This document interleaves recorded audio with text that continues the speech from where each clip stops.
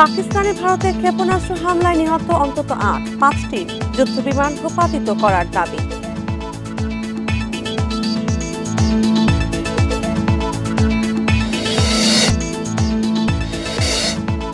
পাকিস্তানের 6টি স্থানে 24টি হামলা, জাতীয় নিরাপত্তা কমিটির জরুরি বৈঠক সকাল 10টায়।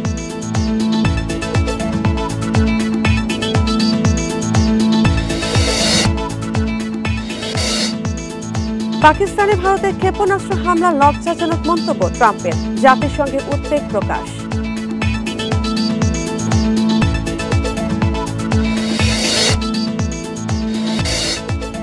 গণপরিবহন চালকদের মাসিক বেতনের পরিকল্পনায় রাজি চালকরা, আপত্তি নেই মালিকদের।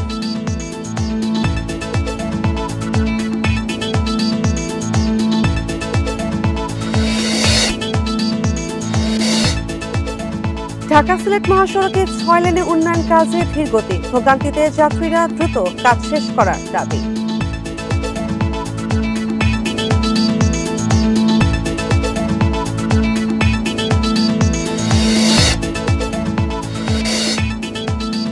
হালদা নদী থেকে ডিম সংগ্রহে প্রস্তুত জেলেরা, নদী ও পানি গুণগত মান ভালো বলছেন বিশেষজ্ঞরা।